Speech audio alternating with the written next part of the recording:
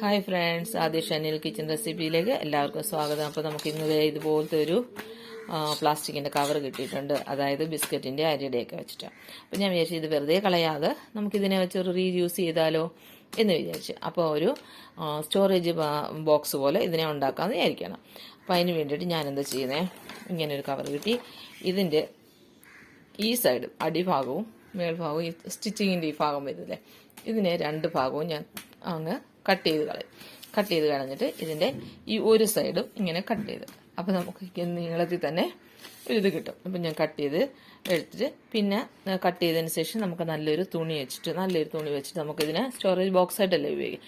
അപ്പോൾ ഇതിനെ ഒന്ന് കവർ ചെയ്ത് ഞാൻ എടുത്തിട്ടൊന്ന് കാണിക്കാം. ഓക്കെ, അപ്പോൾ ഫ്രണ്ട് ഇതിനെ ഞാനിങ്ങനെ കട്ട് ചെയ്ത് കണ്ടില്ലേ, ഒരു ഭാഗം ഇങ്ങനെ ബ്ലാങ്കായിട്ട് അതിൻ്റെ ഇതിൽ തന്നെ ഇട്ടു. മറ്റു ഭാഗത്ത് ഒരു വേസ്റ്റ് തുണി എടുത്തിട്ട് ഞാനിങ്ങനെ ഒന്ന് കവർ ചെയ്തും കൊടുത്തു. ഒരു ഭാഗം മുഴുവനാണ് കവർ ചെയ്ത് കൊടുത്തു. ഇനി നമുക്കിതിനെ എന്താ ചെയ്യേണ്ടതെന്ന് വെച്ച് കഴിഞ്ഞാൽ ഇതിനെ ഇങ്ങനെ രണ്ടായിട്ട് ഫോൾഡ് ചെയ്യണം.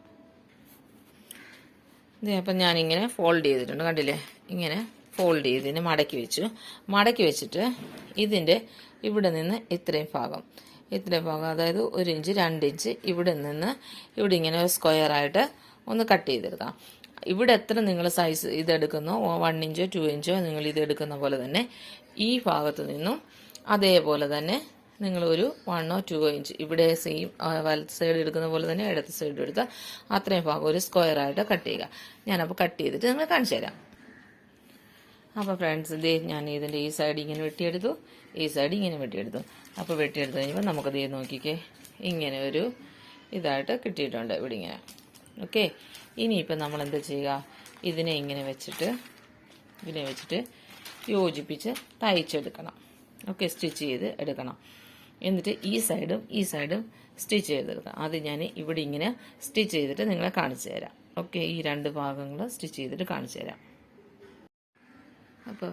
അപ്പോൾ ഫ്രണ്ട്സ്, ഞാനിതിങ്ങനെ സ്റ്റിച്ച് ചെയ്ത് ഇങ്ങനെ എടുത്തിട്ടുണ്ട്. കണ്ടില്ലേ, നാല് സൈഡും തയ്ച്ചെടുത്തിട്ടുണ്ട്.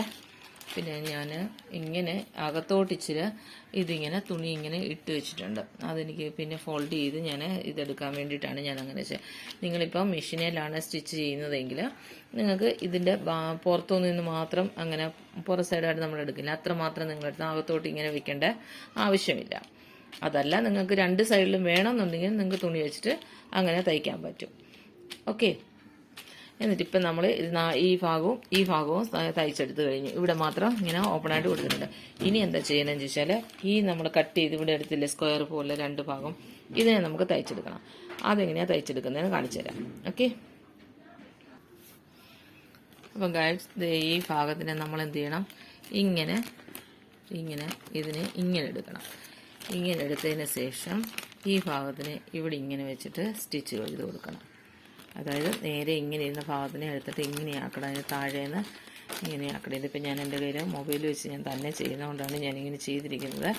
അത് നിങ്ങൾക്ക് കണ്ടാൽ മനസ്സിലാകും. ഈ സ്റ്റിച്ചിങ്ങിൻ്റെ ഇവിടെ വെച്ചിട്ട് നിങ്ങൾ എന്ത് ചെയ്യണം, അതിനെ ഈ ഭാഗം നമ്മൾ കട്ട് ചെയ്ത് ഈ സ്റ്റിച്ചിങ്ങുമായിട്ട് നമ്മൾ യോജിപ്പിച്ചെടുക്കണം.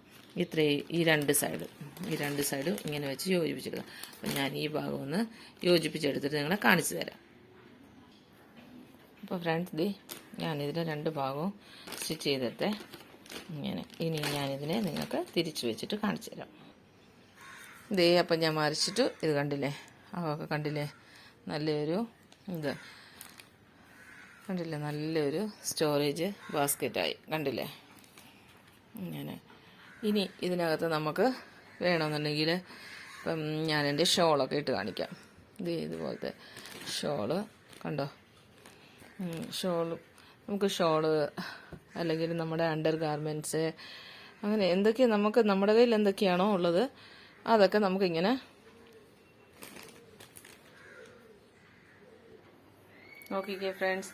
അപ്പം ഞാൻ എൻ്റെ ഇങ്ങനത്തെ ഷോൾ ദുപ്പട്ടകളെല്ലാം കൂടെ എടുത്തിട്ട് എന്ത് ചെയ്തു ഇതിനകത്ത്. അപ്പോൾ നമുക്കിത് ഇങ്ങനെ സെർച്ച് ചെയ്ത് ഓടി നടക്കേണ്ട കാര്യമില്ലല്ലോ, എവിടെയെങ്കിലും ഒന്ന് സ്റ്റോർ ചെയ്ത്. ഞാനിപ്പോൾ ഇതിനകത്തൊരു 15ഓളം ദുപ്പട്ടകൾ നോക്കി ഇങ്ങനെ ഓരോ കളറിൻ്റെ ഇങ്ങനെ ഒരു 15ഓളം ഉണ്ട് ഇങ്ങനെ. അതിൻ്റെ അകത്ത് അത്രയും വലിപ്പമുണ്ട് ഇതിനകത്ത്. അപ്പോൾ അത്രയും ഇത് സ്റ്റോർ ചെയ്യാൻ പറ്റിയിട്ടുണ്ട് ഇതിനകത്ത്. ചെറിയ നോക്കി കാഴ്ച നമുക്ക് ചെറിയൊരു ബോക്സാണ്. പക്ഷേങ്കിൽ ഇത് ഇങ്ങനെ വെച്ച് കഴിഞ്ഞാൽ കബോർഡിനകത്ത് ഇതിങ്ങനെ ഒതുങ്ങിയിരിക്കുകയും ചെയ്യും. നമുക്കാണെങ്കിൽ പെട്ടെന്നൊരു ഇപ്പം നമ്മൾ ഡെയിലി ജോലിക്ക് പോകുന്നവരാണെങ്കിലും പെട്ടെന്ന് നമുക്ക് വേണം അവിടെ ഇവിടെയും പോയി തപ്പാതെ ഷോളെല്ലാം കൂടെ ഒരു ഇതുപോലത്തെ ഒരു കവറിൽ വെച്ചിരിക്കുകയാണെങ്കിൽ നമുക്ക് പെട്ടെന്ന് തന്നെ അത് പോയിട്ട് എടുക്കാൻ പറ്റും, എടുത്ത് നമുക്ക് യൂസ് ചെയ്യാൻ പറ്റും. അതുപോലെ അണ്ടർ ഗാർമെൻറ്റ്സിനൊക്കെ ആയാൽ തന്നെയും അതും ഇന്നർവെയറെല്ലാം നമുക്ക് യൂസ് ചെയ്യാൻ വേണ്ടിയിട്ട് ഇതുപോലെ ചെറിയ ബിസ്ക്കറ്റിൻ്റെ പാക്കറ്റ് കിട്ടുന്നുണ്ടല്ലോ. അപ്പോൾ അതിലൂടെ റൈസ് ബാഗ് എടുത്തിട്ട് നമുക്ക് 2 എണ്ണം ഉണ്ടാക്കാൻ പറ്റും. ഇത് ഞാൻ ഒരു റൈസ് ബാഗിൻ്റെ ഒരു ഭാഗമാണ് എടുത്തിരിക്കുന്നത്. അതിൽ തന്നെ എനിക്കിപ്പം 15ഓളം ദുപ്പട്ടസ് ഇങ്ങനെ വെക്കാൻ പറ്റി. അപ്പോൾ അങ്ങനെ 2 എണ്ണം വെക്കുകയാണെങ്കിൽ നമുക്ക് വേറെ എടുത്തില്ല. അപ്പോൾ അതുപോലത്തെ ചുരിദാർ സെറ്റുകൾ നമ്മൾ എന്തൊക്കെ ജീൻസെങ്കിൽ ജീൻസ്, ടീഷർട്ടെങ്കിൽ ടീഷർട്ട് എന്തൊക്കെയാണ് നമ്മൾ വെക്കുന്നത് വെച്ചാൽ അങ്ങനെ ഓരോ ഭാഗങ്ങളിങ്ങനെ വെക്കുവാണെങ്കിൽ നമുക്ക് പെട്ടെന്ന് എടുക്കാനും പറ്റും. സ്റ്റോറേജ് സ്പേസ് ഇതിപ്പോൾ ഇങ്ങനെ 2-3 എണ്ണം നമ്മൾ ഒരു കബോർഡിൻ്റെ ഒരു സൈഡിൽ ഇങ്ങനെ വെച്ച് കഴിഞ്ഞാൽ ഇവിടെ ഇങ്ങനെ 3-4 എണ്ണം ഇങ്ങനെ വെക്കാൻ പറ്റും. അപ്പം വെച്ച് കഴിഞ്ഞാൽ നമുക്ക് സ്റ്റോറേജ് സ്പേസും കിട്ടും, നമുക്ക് പോയി എടുക്കാനും എളുപ്പമായിരിക്കും. അപ്പോൾ ഈ വീഡിയോ എല്ലാവർക്കും കണ്ടിഷ്ടമായെന്ന് തോന്നുന്നു. ഇത് വേസ്റ്റേജാണ്, നോ കോസ്റ്റാണ്. അപ്പോൾ എല്ലാവർക്കും ഇഷ്ടപ്പെട്ടു എന്ന് വിചാരിക്കട്ടെ. നിങ്ങളുടെ കയ്യിൽ ഇതുപോലെ ബിസ്ക്കറ്റിൻ്റെ കവറോ അല്ലെങ്കിൽ റൈസ് ബാഗോ ഒക്കെ ഉണ്ടെങ്കിൽ, ആട്ടയുടെ ബാഗ് ഇതൊക്കെ ഉണ്ടെങ്കിൽ നിങ്ങൾ ഇതുപോലൊക്കെ ചെയ്ത് നോക്കിയിട്ട് ഞങ്ങളെ കമൻറ്റ്സ് അറിയുക. ഇഷ്ടപ്പെട്ടാൽ ലൈക്ക് ചെയ്യുക, ഷെയർ ചെയ്യുക, നിങ്ങളുടെ ഫ്രണ്ട്സിന് റിലേറ്റീവ്സിനൊക്കെ ഇത് ഷെയർ ചെയ്ത് കൊടുക്കുക. എന്നിട്ട് നിങ്ങളുടെ വിലയേറിയ കമൻറ്റുകൾ ഞങ്ങളെ അറിയിച്ച് പ്രോത്സാഹിപ്പിക്കുക. ഓക്കെ, ആരെങ്കിലും സബ്സ്ക്രൈബ് ചെയ്യാതെ കാണുന്നുണ്ടെങ്കിൽ ചാനൽ സബ്സ്ക്രൈബ് ചെയ്ത് ഞങ്ങളെ സഹായിക്കുക. ഓക്കെ, വീണ്ടും ഒരു ഇതിൽ കാണുന്നവരെ ബൈ ബൈ.